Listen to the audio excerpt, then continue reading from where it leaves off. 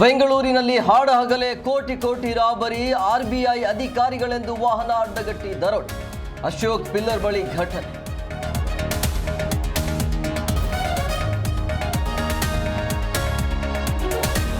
ಬೀದರ್ ಮಾದರಿಯಲ್ಲೇ ಬೆಂಗಳೂರಿನಲ್ಲಿ robbery, 7-8 ದರೋಡೆಕೋರರಿಂದ robbery.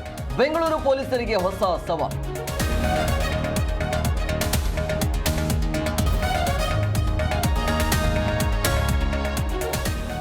ಬೇರೆಯವರಿಗೆ ಅವಕಾಶ ಮಾಡಿಕೊಡಬೇಕು, ಶಾಶ್ವತವಾಗಿ ಮುಂದುವರಿಕೆ ಆಗಲ್ಲ. ಅಧ್ಯಕ್ಷಗಿರಿ ತ್ಯಾಗದ ಬಗ್ಗೆ ಮಾತನಾಡಿದ ಡಿಸಿಎಂ ಡಿಕೆ.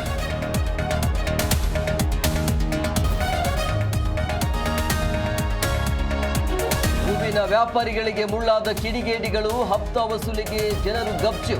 ಜಿ ಕನ್ನಡ ನ್ಯೂಸ್ಗೆ ಎಕ್ಸ್ಕ್ಲೂಸಿವ್ ದೃಶ್ಯ.